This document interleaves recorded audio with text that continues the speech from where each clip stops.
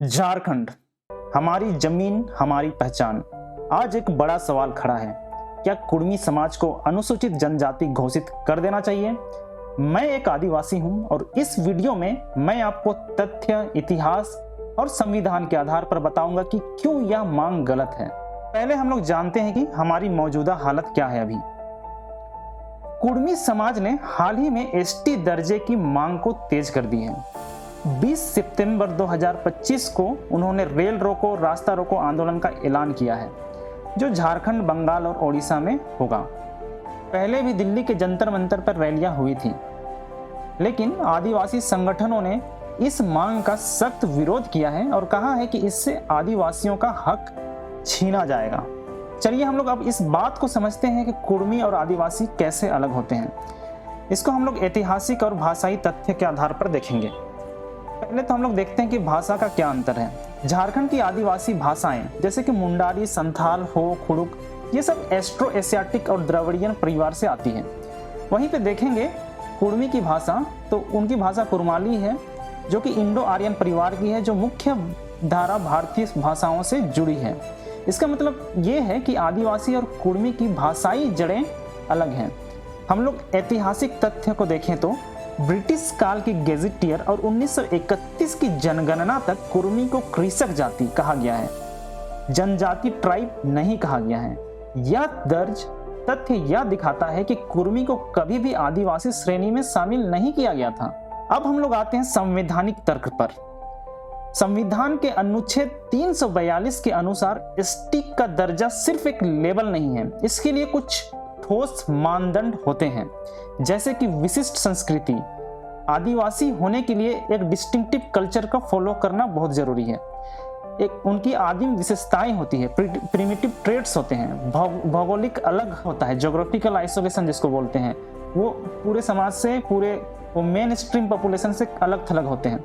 सामाजिक और आर्थिक पिछड़ापन होता है। जब हम लोग कुर्मी समाज को ऑब्जर्व करते हैं तो हम पाते हैं कि कुर्मी समाज इन मानदंडों पर खरा नहीं उतरता, क्योंकि उनकी भाषा मुख्य धारा इंडो आर्यन परिवार से है और वे हिंदू रीति रिवाज जैसे कि दुर्गा पूजा, दिवाली, होली आदि मनाते हैं। अलग थलग आदिवासी, वे ऐतिहासिक रूप से कृषक माने गए, ना कि अलग थलग आदिवासी।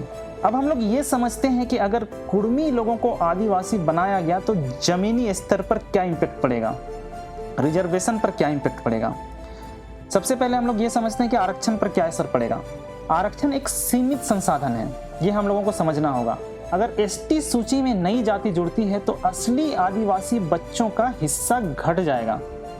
पहले ही हजारों आदिवासी छात्र सिंगल टीचर स्कूल्स और संसाधनों की कमी से जूझ रहे हैं। आदिवासी गांवों में आप जब जाके देखेंगे तो बहुत सारे स्कूल में, लगभग सभी स्कूल में, 90% स्कूल में सिर्फ और सिर्फ एक टीचर पाए जाते हैं। ये भारी संसाधन की कमी है। अब हम लोग ये भी समझते हैं कि राजनीतिक प्रतिनिधित्व पे क्या फर्क पड़ेगा। आप में से बहुत लोगों को ये नहीं पता होगा कि झारखंड के बहुत सारी सीटों में सिर्फ एसटी कैंडिडेट ही इलेक्शन लड़ सकता है। अगर कुर्मी जाति एसटी में शामिल होता है तो वहां पर कुर्मी लोग भी इलेक्शन लड़ेंगे और हमारे जनजाति और हमारे आदिवासी लोगों का प्रतिनिधित्व घटेगा।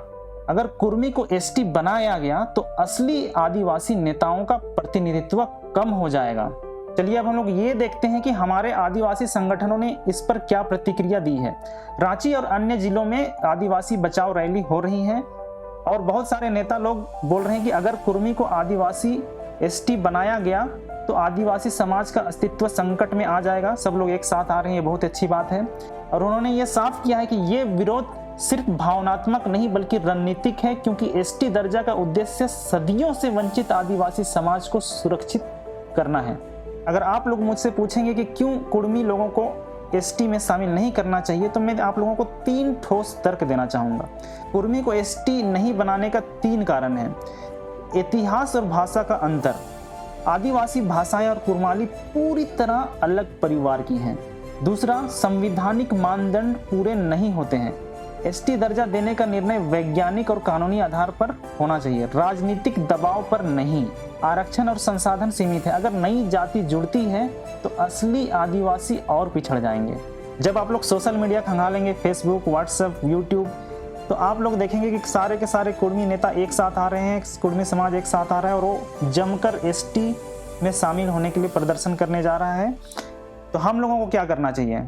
अगर हम लोग चुप रहेंगे तो सरकार प्रेशर में आके हो सकता है कुछ बड़ा कदम उठाए। तो हम लोगों को क्या करना है? हम लोगों को गांव-गांव जागरूकता फैलाना है कि अगर कुर्मी जाति एसटी में शामिल होता है तो हम लोगों को क्या नुकसान हो सकता है। अगर आप लोग खुद से नहीं बता पा रहे हैं तो मेरे जैसे और भी लोग वीडियो बना रहे हैं, या फिर आप मेरा ही वीडियो उन तक शेयर करके पहुंचा सकते हैं और उनको समझा सकते हैं। हम सभी आदिवासी समाज को एकजुट रहना होगा। छात्र संघ, महिला मंडल और यूथ टीम को एक साथ सक्रिय होकर काम करना होगा। और सबसे इम्पोर्टेंट बात, आप लोग सोशल मीडिया में जमकर पोस्ट कीजिए कि आदिवासी सिर्फ आदिवासी है, कुर्मी आदिवासी नहीं है।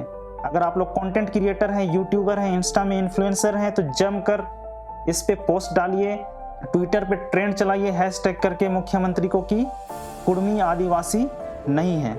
मैं एक आदिवासी हूं और अपनी पहचान, अपने बच्चों और अपने भविष्य के लिए खड़ा हूं। अगर आप भी इस बात से सहमत हैं तो इस वीडियो को शेयर करें और अपनी आवाज़ उठाएं।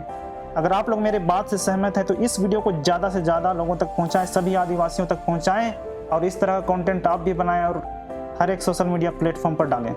धन्यवाद।